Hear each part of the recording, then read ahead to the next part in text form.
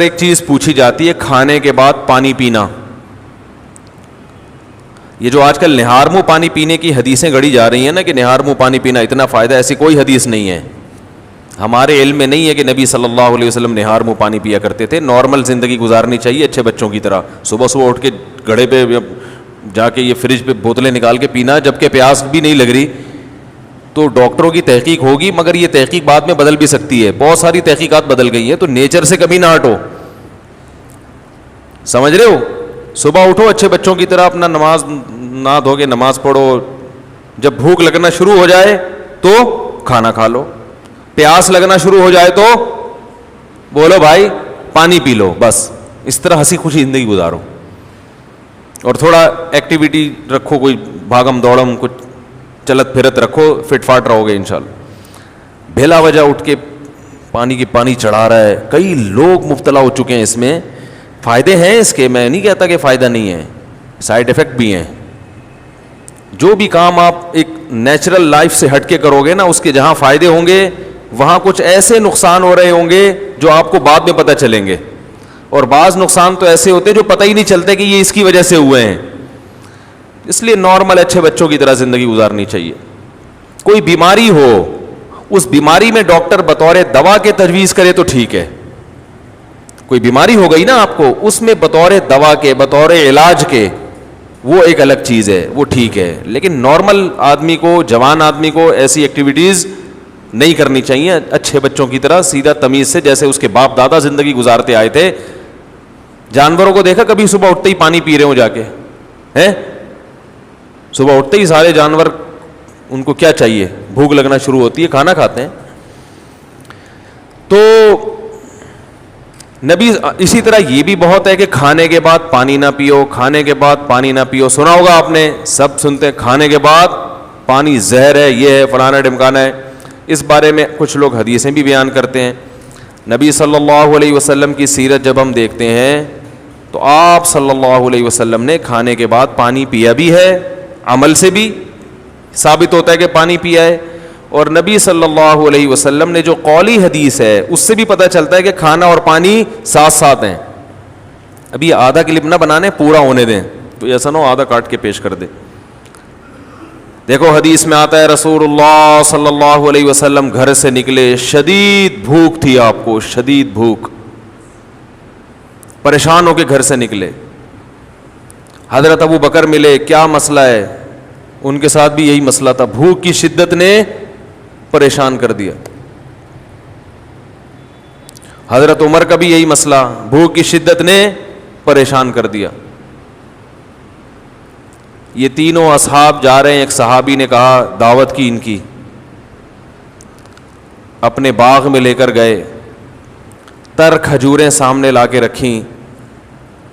آپ صلی اللہ علیہ وسلم نے ان کھجوروں کو تناول فرمایا اور فرمایا ان نعمتوں کے بارے میں ہم سے قیامت کے دن سوال ہوگا. اور وہ کھجوریں آپ نے کھانے کے بعد کنویں کا میٹھا پانی پیا اور سیر ہو گئے.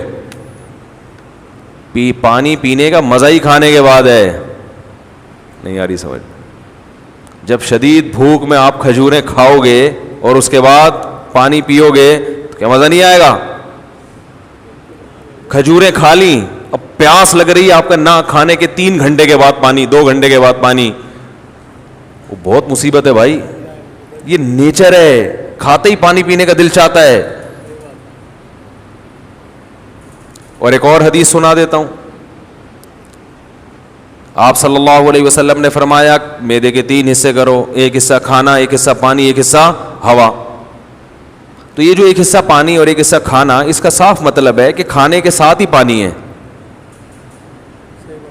تبھی تو اس کے لیے جگہ چھوڑنی ہے. کیا ہو گیا؟ اگر کھانے کے 2 گھنٹے بعد پانی ہوتا تو 1/3 کھانا تو وہ ہضم ہو چکا ہوتا ہے، پھر تو پورا معدہ پانی کے لیے تیار ہے. تو دونوں حدیثوں کو ملائیں تو رزلٹ کیا سامنے آئے گا کہ کھانا پانی قرآن میں کیا ہے؟ کلو واشربو، کھاؤ اور پیو، کھاؤ اور پیو. تو کھانا پینا کٹھا ہے. لیکن دونوں حدیثوں کو ہم ساتھ ملاتے ہیں. آدھی حدیث لوگ ہیں نا، آدھی نہیں لوگ، پھر مسئلہ خراب ہوگا.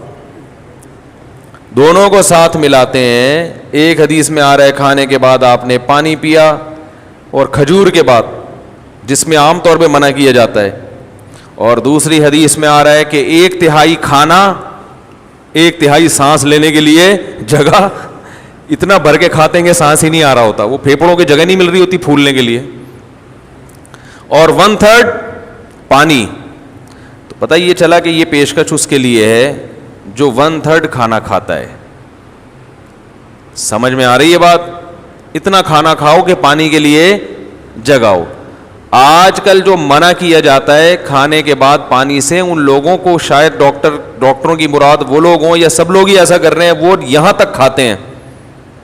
اس کے بعد جب آپ پانی پئیں گے تو وہ کھانا پھول جاتا ہے یا اور مسائل پیدا کرتا ہے, وہ جگہ بچتی نہیں ہے. اس سے نتیجہ کیا نکلتا ہے؟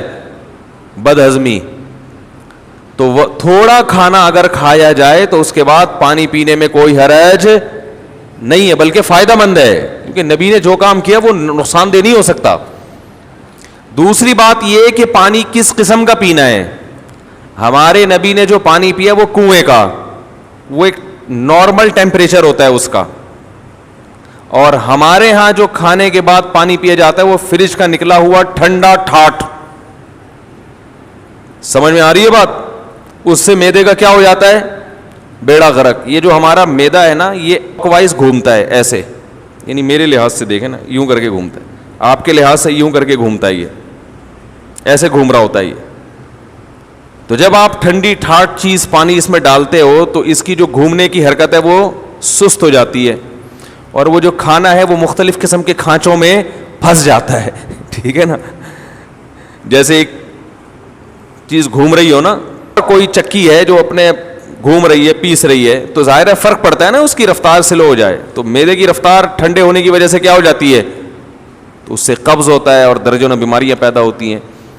تو پانی کھانے کے بعد پی سکتے ہیں آپ, بشرطے کہ کھانا آپ نے تمیز سے کھایا ہو اور پانی کا ٹیمپریچر بہت زیادہ کم نہ ہو, ٹھنڈا پانی نہ ہو. سمجھ رہے کہ نہیں سمجھ رہے؟ تو اس بارے میں جو حدیثیں پیش کی جاتی ہیں نا کھانے کے بعد پانی نہ پینا, وہ صحیح نہیں ہے. اور اگر گرم پانی پیا جائے جو چولہے کا گرم ہو, وہ تو ہاضمے میں اور مدد دیتا ہے, جو کہوا جسے کہتے ہیں, وہ تو اور تھوڑی مدد دیتا ہے ہاضمے میں. لیکن میں نوجوانوں کو کہتا ہوں وہ نہ پئیں, تمیز سے زندگی گزاریں, بس پانی پئیں آرام سے.